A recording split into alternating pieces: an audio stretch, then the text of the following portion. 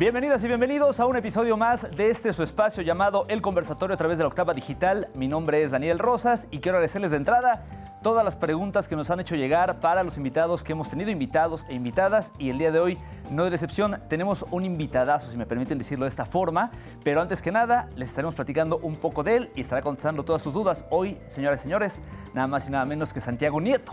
De esta manera es como comenzamos El Conversatorio a través de la Octava Digital.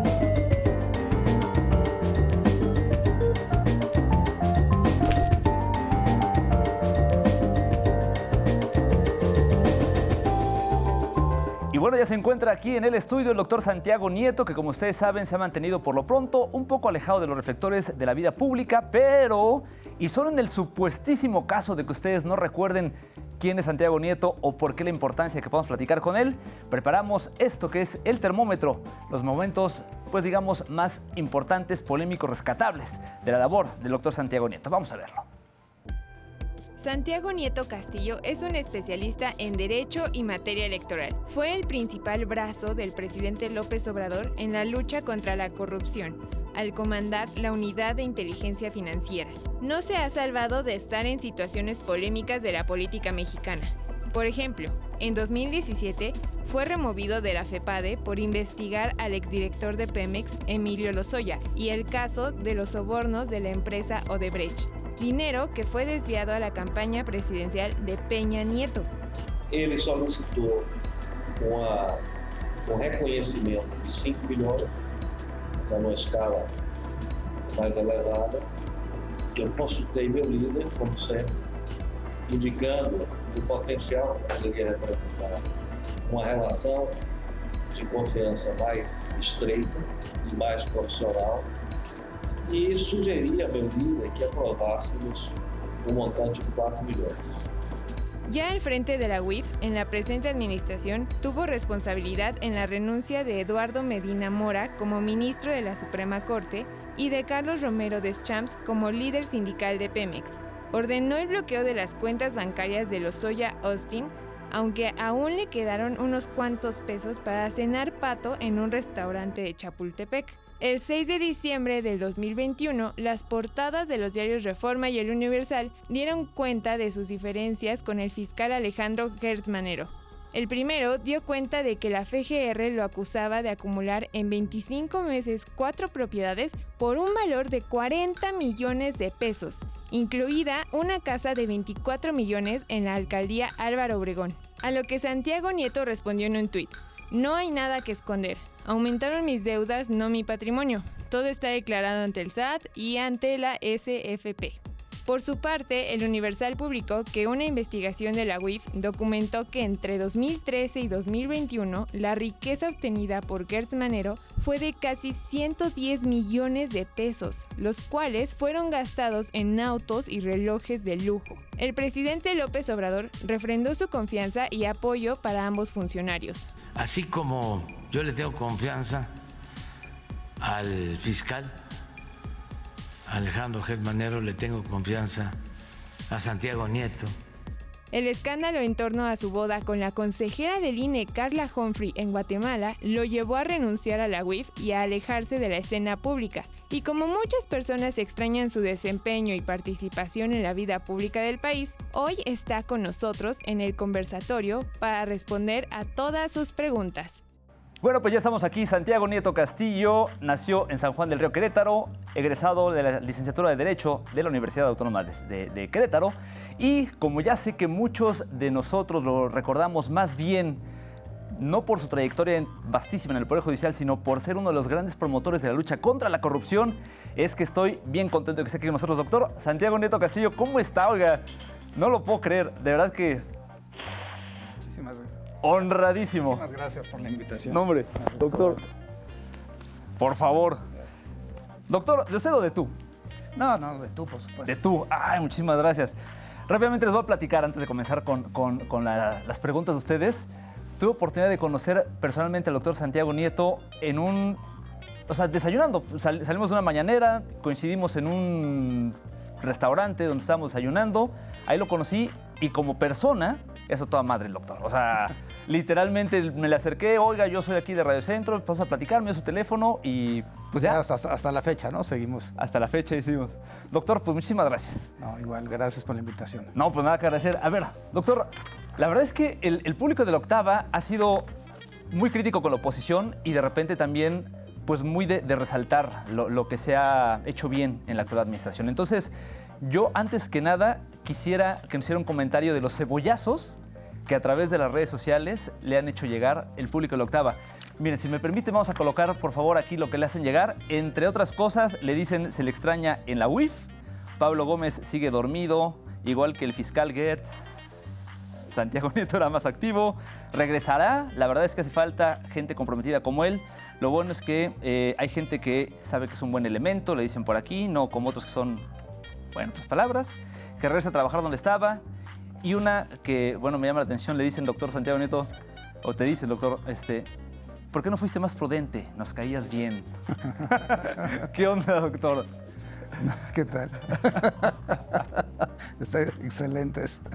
No, a ver, yo creo que vale la pena. Bueno, para mí fue una experiencia extraordinaria. Yo le agradezco mucho al presidente López Obrador que me haya invitado a formar parte de su equipo de trabajo en la Unidad de Inteligencia Financiera y todo el tiempo que me tocó desempeñar el cargo. La verdad es que fue una experiencia muy rica en cuanto a los temas, o sea, lavado de dinero, combate al financiamiento del terrorismo, temas vinculados con trata de personas, combate a la corrupción política, narcotráfico, tráfico de migrantes. La verdad es que es, empresas fachadas, factureras, la verdad es un trabajo muy interesante, lo recuerdo con mucho cariño. Es un ciclo que ya se cerró y pues a lo que sigue, ¿no? Ahorita estoy en la academia y escribiendo un poco las memorias de esa época, pero también una reflexión teórica sobre a dónde tenemos que caminar. ¿Habrá libro?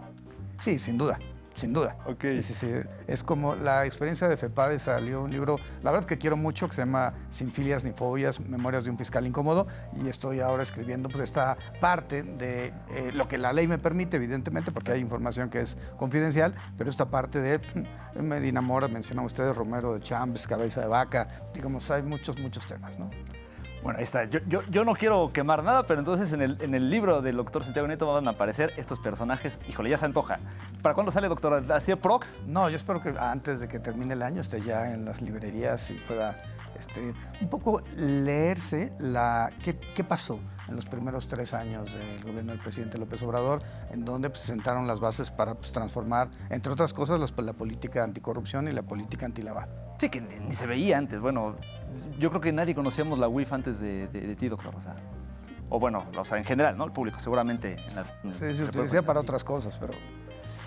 Bueno, doctor, preguntas que te hacen llegar relacionadas con... Ven cómo me cuesta trabajo hablarle de tú al doctor Santiago Nieto. Bueno, relacionadas con tu paso por la 4T.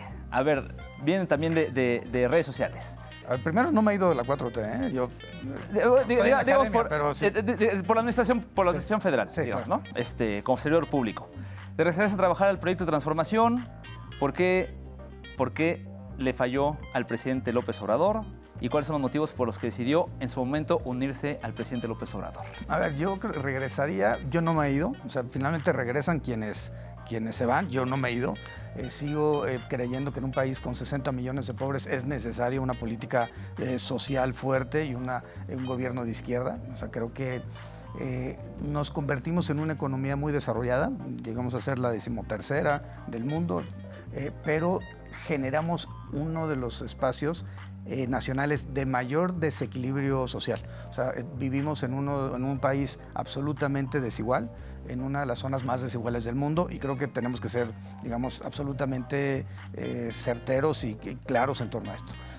Sí, yo espero no haberle fallado al presidente López Obrador. La verdad es que cuando se armó el escándalo de la boda, yo preferí, precisamente por lealtad al presidente, presentar mi renuncia y evitar que eso afectara al proyecto del presidente López Obrador. Finalmente, insisto, creo que un gobierno de izquierda para México era importante, y desde 1934 o 40, con el presidente presidente general Cárdenas, no habíamos tenido un gobierno que tuviera un enfoque basado en la satisfacción de las necesidades básicas de la población. Por supuesto, hay errores, por supuesto, hay mucho que hay que cambiar, que corregir, pero bueno, es un primer ensayo. Y bueno, y eso me lleva a concluir que yo espero no haber traicionado bajo ninguna circunstancia al presidente. ¿Cómo fue el acercamiento? O sea... Claro. Marcelo Ebrard. El que me invitó a participar en la Cuarta Transformación fue Marcelo Ebrard. Cuando yo salgo de la FEPADE, precisamente por el asunto de Emilio Lozoya y de Odebrecht, ya había tenido algunos econatos con el gobierno, enfrentamientos con el gobierno, cuando obtuve las órdenes de aprehensión contra César Duarte y contra Javier Duarte, dos exgobernadores del PRI, y bueno, la última no me la pasaron. Y en esa última que no me pasaron, la de Lozoya, fue un momento para mí muy complejo. Era un momento con una crisis personal, con una crisis profesional. Un amigo termina prestando un espacio para vivir, tal. Y en ese contexto me busca por dos amigas mías que habían trabajado en el Instituto de Investigaciones Jurídicas de la UNAM, me manda un mensaje Marcelo Ebrard, me dice que nos tomemos un café, me voy a tomar un café con él y me invita a que vaya a Tlaquepaque, a Guadalajara, a tener una entrevista con el entonces candidato y presidente Andrés Manuel López Obrador. Platicamos de Odebrecht, platicamos de blindaje electoral, me invita a sumarme a un comité electoral que tenía Morena para 2018, donde estaba entre otros Jaime Cárdenas, que había sido mi jefe, mi maestro, mi director de tesis, y él me incorporó a ese grupo que al final me llevaría pues a formar parte del gabinete ampliado del presidente. A ver, duda personal. En esta etapa en la que, según nos cuentas, doctor, comienza a recibir presiones en la administración peñista, ¿qué pasa? ¿Qué piensas en ese momento? Híjole, la estoy regando. Me decías, pasas por esta reflexión personal. Teníamos las ganas de repente hasta de refrescarle a alguien de la administración, decir, no, esto no se vale. A ver, la verdad es que era muy incómodo estar con un gobierno que cuando no mantienes una posición ideológica afín, y eso fue lo que sucedía con Peña Nieto. Yo siempre he pensado en que la autonomía del Ministerio Público era un espacio relevante, y creo que es algo que se consiguió al final del día. La reforma fue en 2015, pero en realidad se instrumentó hasta 2019, 18-19, cuando viene la expedición de la Ley Orgánica de la Fiscalía General de la República, y eso permite transitar a la autonomía.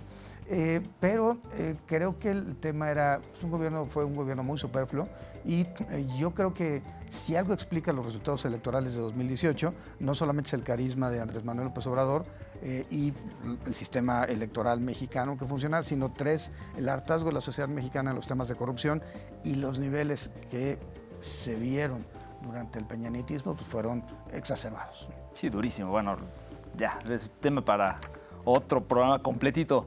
Doctor, a ver, algunos cuestionamientos que te hicieron llegar durante tu paso ahora sí por la UIF. Rescatamos aquí parte de lo que la gente te hace llegar, y de hecho una de estos testimonios, una de estas preguntas es directamente la gente en la calle con la cámara, así que si nos permiten, pues vamos a ver qué es lo que le preguntan al doctor Santiago Nieto, por favor.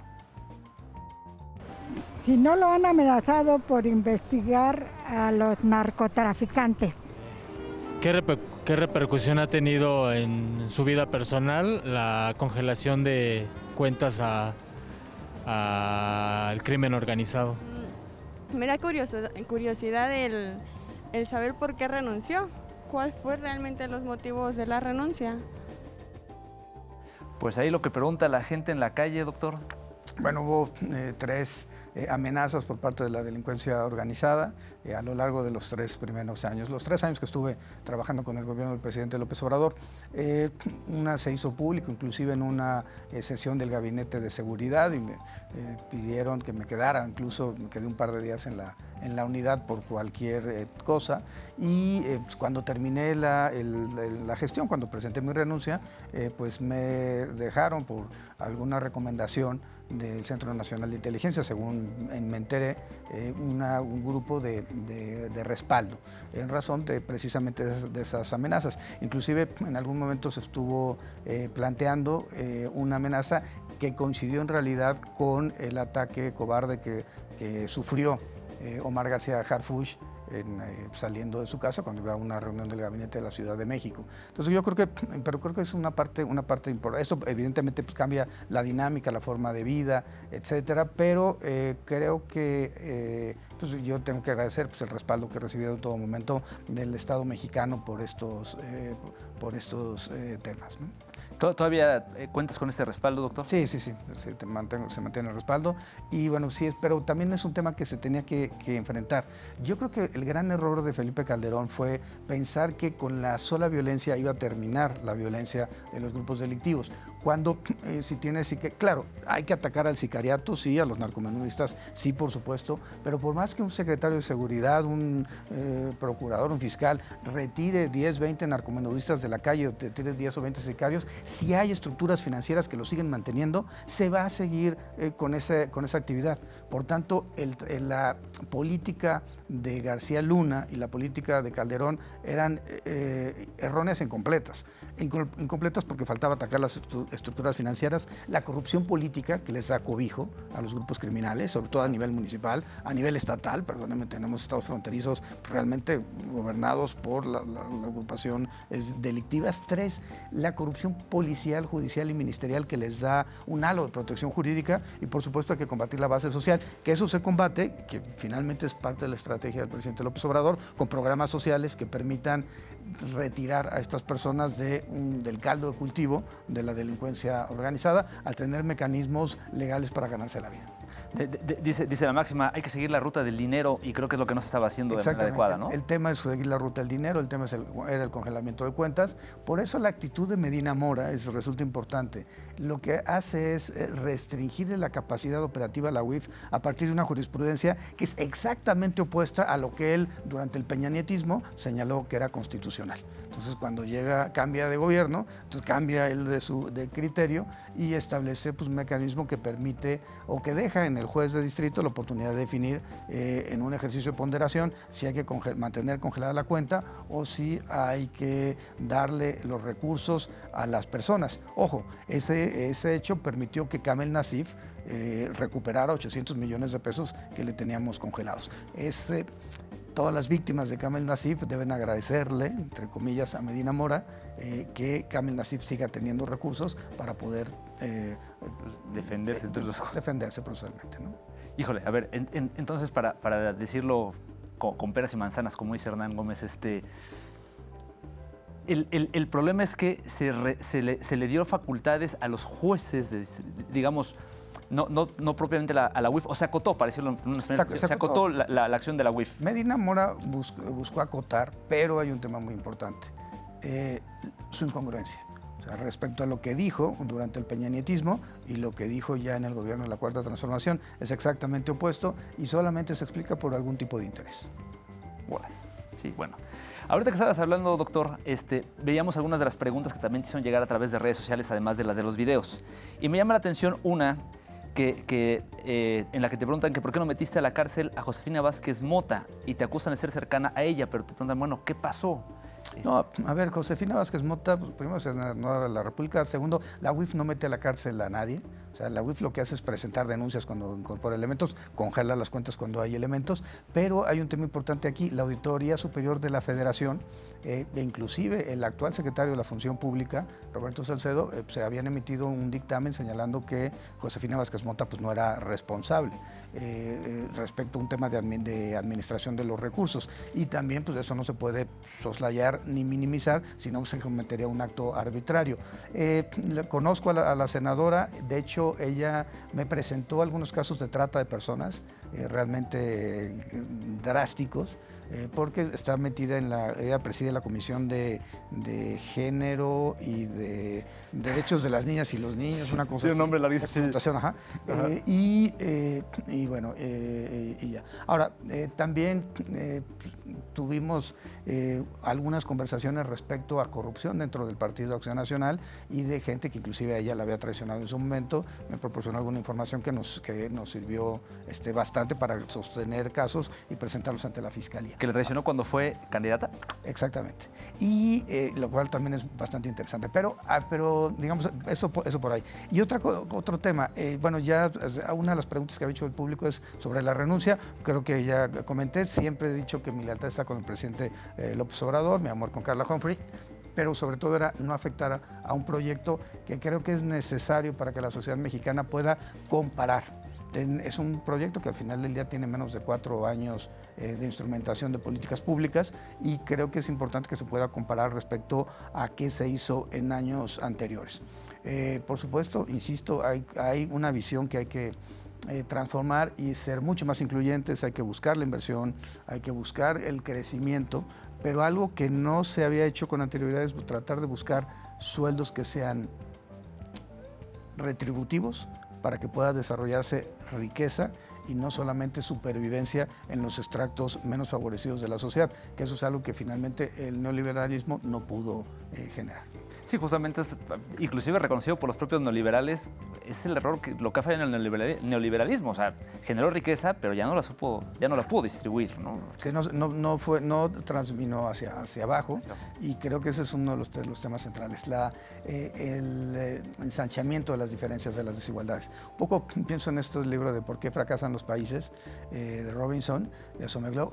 Creo que el tema está en esto, en tener políticas inclusivas, en tener y no extractivas. Y una gran parte del problema en nuestro país ha sido que una élite ha gobernado con políticas extrayentes, políticas exclusivas que les han permitido fortalecer sus negocios personales en detrimento de una buena parte de la sociedad.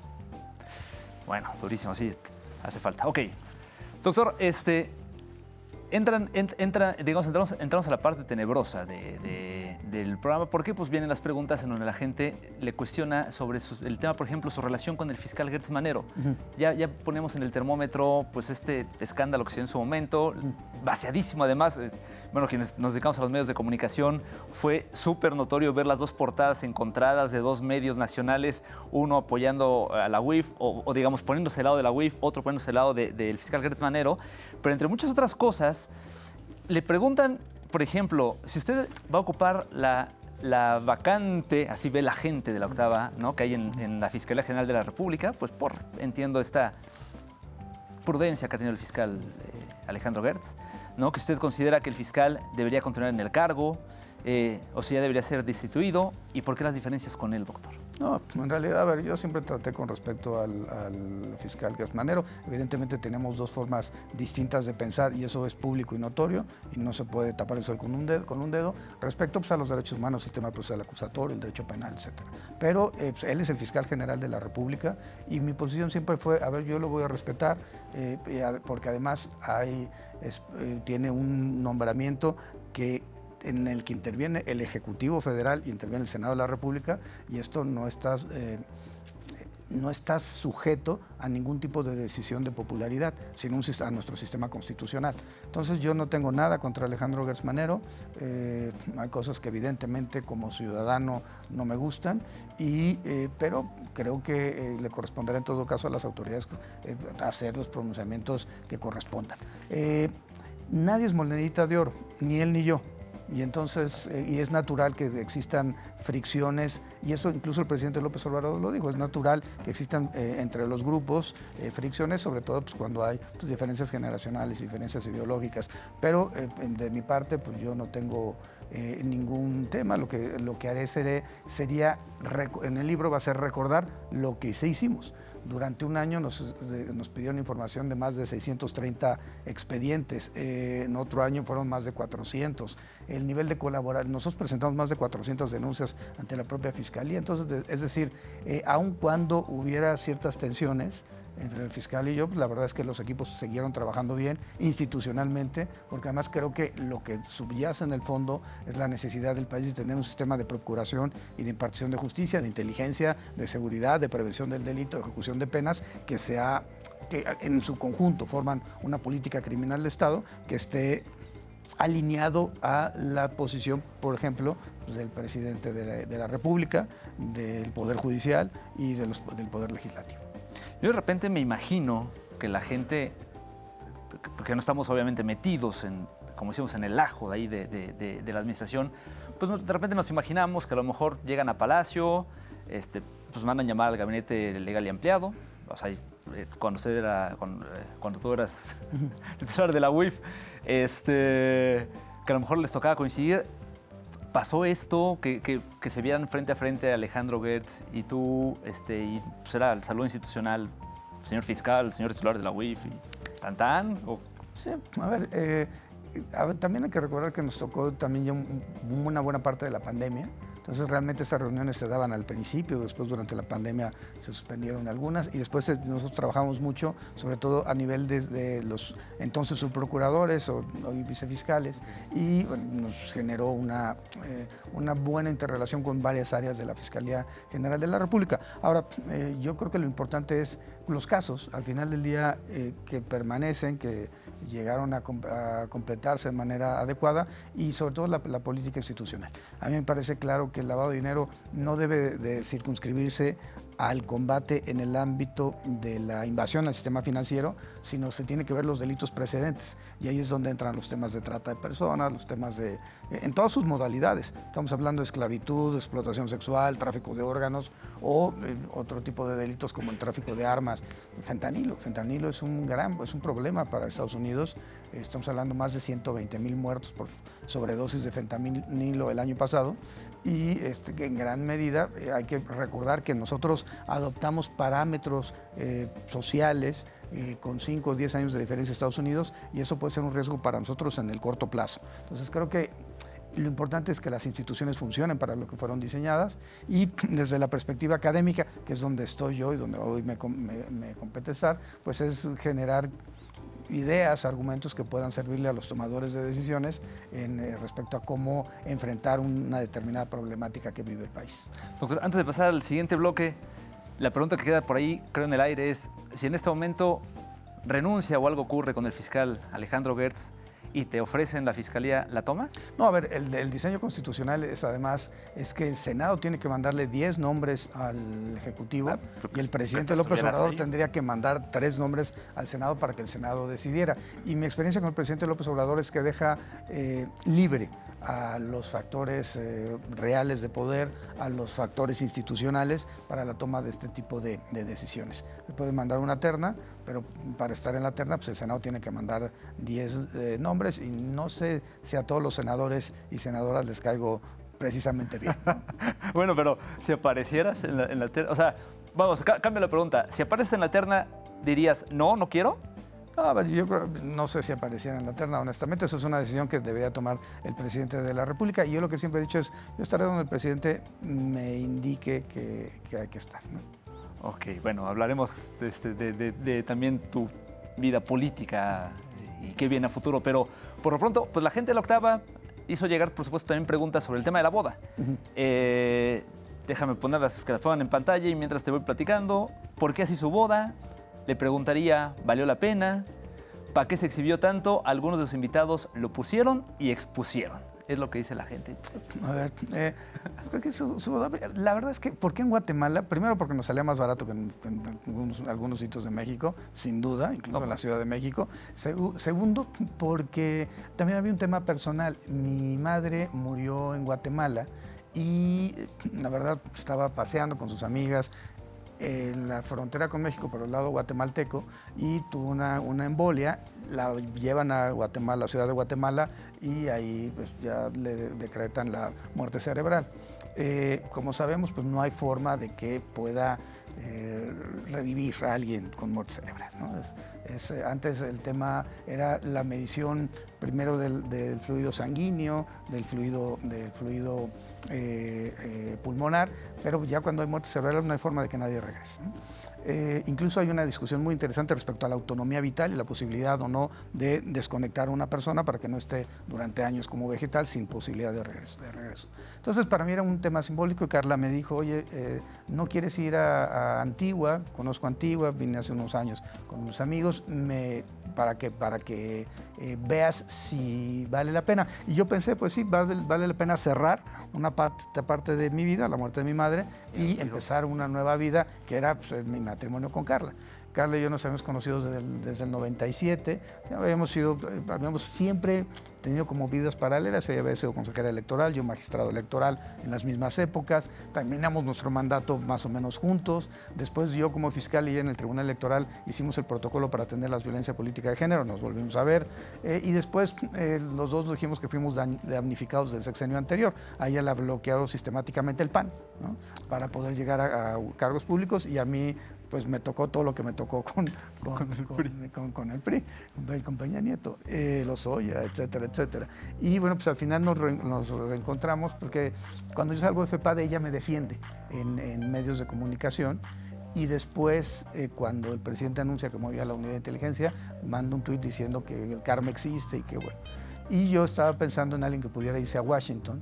Entonces le dije que nos tomamos un café, nos terminamos tomando un café, y la verdad es que ha sido una época absolutamente maravillosa cuando iniciamos una relación, ella consejera, yo en la UIF, y hoy en día pues ya estamos evidentemente viviendo juntos y tal.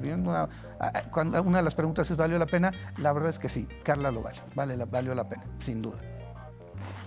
Ya, ahí está. Para que no digan que no hay personas, que los políticos no tienen alma. La verdad es que, sí, bueno. Está más bonito, doctor. O sea, que lo platiques así con esta apertura y, vamos, independientemente de todas las quejas que podamos tener de este mundo, de todo lo negativo que pueda haber, de todo lo que nos pueda pesar, siempre está padre hablar del amor, independientemente del ámbito en el que estemos. O sea, y la verdad es que te agradezco mucho que lo digas así. O sea, creo que hace falta gente que diga, sí, valió la pena hacer esto por amor, chingazo. O sea, tan, ¿no? Como si los demás no amaran, ¿no? O sea, bueno, X. Doctor, tu vida política, ya medio te decía, hablaríamos de ello, y es que, pues no sé, creo que hay un chorro de cuestionamientos sobre, pues, ¿por qué no fuiste? Yo era uno de los que apostaba que ibas a ser candidato a la gobernatura en tu natal Querétaro. Finalmente, pues no ocurrió. Pero no sé si a lo mejor a futuro no pueda ocurrir. A lo mejor el presidente López Obrador por ahí, bueno, no le va a tocar, pero pues, deja ahí como el camino trazado. ¿Cómo te ves a futuro? Sí, a ver, yo creo que, desde ese momento, yo creo que hay que construir una perspectiva conceptual respecto a qué queremos para construir una socialdemocracia en México. ¿A qué me refiero con esto?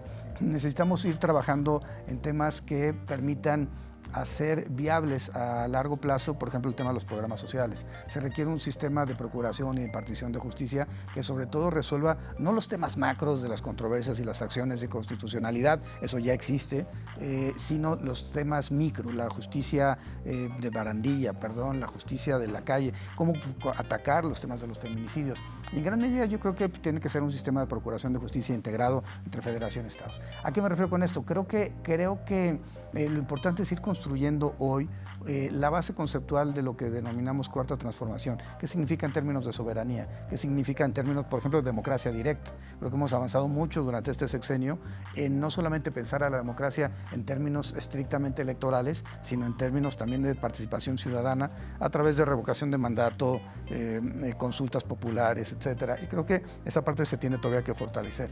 Tenemos que hacerle a la gente, entender a la ciudadanía que es fundamental que den su opinión, no solamente cada 3 años cuando acuden a las urnas. Entonces yo creo que la construcción de una ciudadanía viva son elementos que hay que ir reconstruyendo o deconstruyendo, y creo que ese es digamos, el momento en donde me veo hoy. Cómo construir algo que permita plantear para 2024 y en adelante posiciones que no necesariamente tendrán que ver conmigo en lo personal, sino más bien en un efecto de cómo ir consolidando una izquierda que tenga un marco conceptual, un marco teórico que pueda explicar qué es lo que queremos hacer para disminuir las desigualdades sociales sin afectar el crecimiento, sin afectar el desarrollo, cómo sobre todo darle garantías al empresariado de que la propiedad privada, la seguridad jurídica son elementos fundamentales que tienen a su servicio en un país como México. Yo no tengo la menor duda de que las elecciones del próximo junio va a ganar Morena 5 estados, o 4 de 5 estados, 4 de 6 estados o 5 de 6 estados. Entonces, ese es, digamos, el escenario real. Vimos la revocación de mandato con un 91% de posiciones de ratificar el mandato del presidente López Obrador. Yo creo que para 2023 es muy factible que de las 2 gobernaturas en juego, Morena gane una. Y para 2024, pues yo creo que, digamos, este empuje de la izquierda pues va a mantenerse para ratificar la presidencia de la República con Morena o con la coalición gobernante, sea como se constituya, porque además nuestras coaliciones no son estáticas, sino son dinámicas, se van moviendo en un lado y en otro. ¿Qué veo del otro lado? Pues veo como poca idea clara de cuáles son los conceptos que tienen que trabajar. En la oposición. En la oposición. Okay. Es decir, yo qué veo en la oposición, que su postura es todo lo que no sea López Obrador. Y eso pues no es una postura ideológica, no es una postura conceptual, sino es más bien esto no es lo que queremos. La gran pregunta es entonces, ¿y qué queremos? ¿Qué quieren ustedes? ¿Qué es lo que ustedes están ofertando a la sociedad mexicana para poder disminuir los problemas en un diagnóstico claro? Yo creo que si algo tiene el presidente López Obrador es claridad respecto al diagnóstico, es la problemática de la desigualdad social, las diferencias, las carencias, dado pues, que es la persona que más ha recorrido el país desde el general Cárdenas. Y en ese sentido creo que lo importante es tener un acompañamiento conceptual que permita evaluar las posibilidades y poder generar una política de izquierda en torno al feminismo, en torno a la ecología, en torno a la protección de la historia, protección de consumidores, bueno, por supuesto en los temas de desarrollo económico, disminución de la desigualdad, de procuración de justicia, impartición de justicia, y creo que ese es el gran reto, es decir, cómo reconstruimos el país, los propios temas de seguridad, para efecto de tener una viabilidad en los próximos 30 o 40 años. Ya que muy hábilmente no me contestaste cómo te ves a futuro, doctor, te preguntaría, bueno, ¿tienes ahorita en el presente, tienes dentro de Morena algún predilecta como para irse a la grande? No, yo creo que es muy temprano para poder advertir eso. También yo, digamos, creo que hay que tener absoluta claridad y yo, como te mencioné, yo sé que estoy aquí en gran medida por la invitación de Marcelo Ebrard y además coincido con muchas de las posturas que Marcelo ha tenido en el ámbito del trabajo en las relaciones exteriores de México. Que, a ver, el Tratado de Libre Comercio no es algo menor. Pero bueno, también, por supuesto, pues reconozco la capacidad operativa que ha tenido Adán Augusto y también el trabajo de Claudia Sheinbaum en el ámbito local. Por supuesto, tengo buena relación con Ricardo Monreal, lo acompañé hace unos días a Querétaro a la exposición de un libro. Ahora, lo interesante sobre todo es que Morena pueda tener por lo menos 4 nombres barajeando, si quieren podemos meter ahí a Lázaro Cárdenas, queremos tener 5, y de la oposición en realidad yo veo muy pocas personas que pudieran dar un brinco para poder estar en esa competitividad. Una cosa es el conocimiento que puede tener el Círculo Rojo y otra cosa muy diferente el conocimiento social que tiene una persona. Y esto pues, está absolutamente medido. Entonces, yo no adelantaría vísperas, pero bueno, reconozco que evidentemente yo estoy en la Cuarta Transformación por invitación de Marcelo Ebrard y eso, rendirle culto a la amistad siempre es importante. Ok, rendirle culto a la amistad de repente y esa presión personal, yo lo veo de repente peligroso. ¿En qué sentido? O sea, bueno, no peligroso de que sea peligroso, sino... Pero tú fuiste el que hiciste la pregunta. Lo sé. No, pero por ejemplo, es que mucho de lo que se le critica, por ejemplo, al presidente López Obrador es que ha colocado de repente en puestos claves más a personas que parecen ser sus amigos que a quienes tendrían un perfil adecuado para, ¿no? Entonces, sí me gustaría nada más como deslindar esto último que dices. O sea, cuando hablas de cuidar la amistad no quiere decir una amistad fanática. Ah, sí, no, claro. No, a ver, es un tema de análisis, sí, pero también yo creo que las lealtades hay un tema importante, el tema de la lealtad. Las lealtades, por supuesto, son de ida y vuelta, pero creo que es un valor importante en el mundo político. Es decir, yo puedo tener reconocimiento, y hace unos días platicaba sobre algún consejero electoral, por ejemplo, muy cercano en su momento al Luis, ya no es consejero, pero es una persona con la que hablabas, llegabas a un acuerdo y se cumplía. Yo creo que esa es una parte importante, ¿no? La lealtad, inclusive, aunque sean parte de grupos políticos opuestos. Cuando hay, digamos, se respeta la interlocución. Yo pienso, por ejemplo, en Quirino, pienso, por ejemplo, en Claudia Pavlovich, y creo que fueron compromisos hechos con el presidente que terminaron cumpliéndose de ambos lados. Y creo que al final del día vale la pena, porque se trata de incluir. Creo que Morena en 2018 dio y el presidente López Obrador, una gran enseñanza a la clase política del país a permitir la incorporación de personas que no habían estado todo el tiempo con el movimiento, y el resultado electoral fue 53% a favor del presidente López Obrador. Entonces creo que es relativamente sencillo, insisto, en un país con estas condiciones, poder tener un discurso de izquierda que permita aglutinar a otras fuerzas, siempre y cuando se den las garantías suficientes de que se va a propugnar entre todos el crecimiento, pues, de los intereses de todos, ¿no? Es decir, no solamente ver por el interés de un grupo, que fue lo que sucedió durante los sexenios anteriores, sino de todos los grupos que forman parte de la colectividad. Doctor, bueno, pues se acabó el tiempo, pero no me quiero quedar, como digo, con una piedrita en el zapato. A ver, después de la renuncia, doctor, ¿cómo fue la relación con el presidente López Obrador? ¿Hubo alguna llamada telefónica, algún mensaje? A ver, me han mandado muchos mensajes, afortunadamente. Yo he mandado también mensajes hacia él, y mi posición siempre ha sido la misma. Mi lealtad es con el presidente López Obrador, porque además estoy... ¿Pero él directamente? Profundamente agradecido, porque, insisto, el tema de lealtad, de ida y vuelta, y dos, el tema de hay que ser agradecido. Yo viví estos años de la administración del presidente López Obrador de ensueño, haciendo cosas que me gustaba hacer, generando un equipo que permitió tener capacidades institucionales para poder meterse lo mismo a fentanilo que a trata de personas, lo mismo a tráfico de órganos que a tráfico de migrantes, y eso no hay forma en que se lo deje de agradecer al presidente López Obrador.